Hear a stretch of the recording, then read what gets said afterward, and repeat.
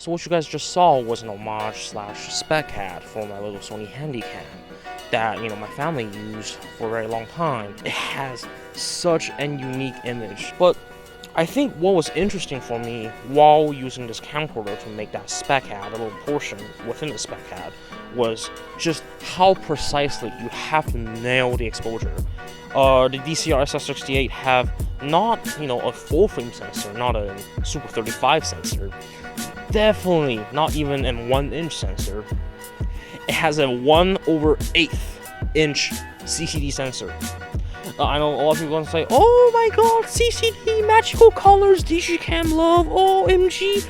Look, I get it, but when we're talking about a sensor that's that small with literally only 0.3 megapixels of resolution, it really, the aim range sucks.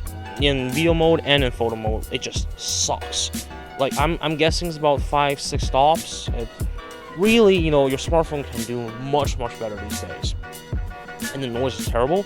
And the highest bitrate option on that was 9 megabits per second in MPEG-2. It's basically the mayor of Waffle Town. It's extremely compressed. It is extremely, blocky. It's almost as if while shooting with these kind of modern cameras with incredible dynamic range and incredible resolution, that you're pushing the responsibility of how you want to make the final image to look down to either you or someone else down the post-production pipeline, which I don't think is a great way of working, because you have so much resolution, you have so much dynamic range that you can just, crop, reframe, or you can just pull down the highlights or push the shadows. You can do whatever you want.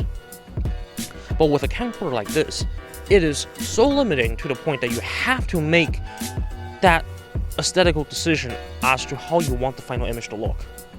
You have to, either clip the highlights or crush the shadows, make it a silhouette. You have to do it on the spot. Otherwise, you can't adjust anything in post. So don't expect to, like slap on a print film 2383 look. That's not gonna happen. So really, you're the one who's gonna take control of how the final product's gonna look during the shooting, which I think adds a level of complexity and challenge to the production, sure, but also makes it so much more fun as a creative. And that's why I admire directors like Shunji Iwai so much. His movie All About Lady Shoujo was shot on the world's first digital cinema camera, the Sony f900, which had terrible dynamic range, about 7 stops at most. But you know what? The movie looks fantastic. It has that gritty edge, it has that Y2K aesthetic, even though it was filmed in the year 2000, but you get what I mean. It just looks amazing. And some of the shots just bona fide looks cinematic. Yes, I'm throwing that word around, but really, come on. It's just gorgeous. It's just gorgeous shots. And I think that really shows just how incredible, even a limited camera like this can be in the right hands.